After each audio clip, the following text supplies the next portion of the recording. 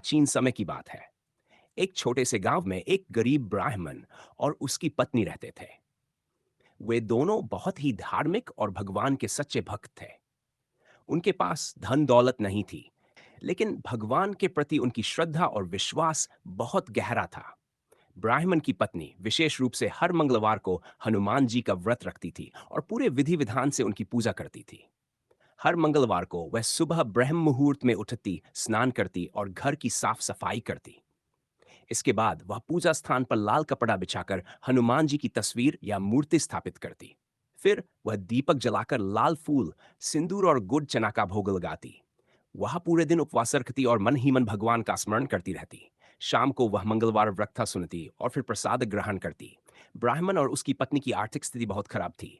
कई बार उनके घर में खाने के लिए भी पर्याप्त अन्न नहीं होता था। फिर भी ब्राह्मण की पत्नी कभी भी अपना व्रत नहीं छोड़ती थी। उसे विश्वास था कि भगवान एक दिन उसकी भक्ति से अवश्य प्रसन्न होंगे और उसके जीवन के कष्ट दूर करेंगे। एक दिन हनुमान जी ने उसकी भक्ति की परीक्षा लेने का निश्चय किया। उन्होंने एक साधु का रूप धारण किया और उस ब्राह्मण के घर पहुंचे।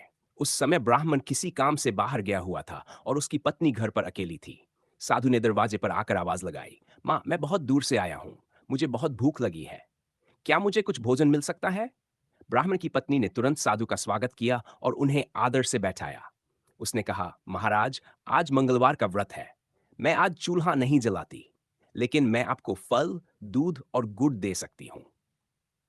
साधु ने कहा, मुझे फल या गुड़ नहीं चाहिए, मुझे तो गर्म रोटी और भोजन चाहिए। इसके लिए तुम्हें चूल्हा जलाना होगा और भोजन बनाना होगा। यह सुनकर ब्राह्मण की पत्नी बहुत दुविधा में पड़ गई। एक और अतिथि सेवा का धर्म था और दूसरी ओर व्रत का नियम। मंगलवार के व्रत में चूल्हा जलाना और कुछ कार्य करना वर्जित माना जाता है। वह समझ नहीं पा रही थी कि क्या करे। उसने विनम्रता से कहा, महाराज, मैं आपकी सेवा करना चाहती हूँ, लेकिन अपने व्रत के नियम भी नहीं तोड़ सकती।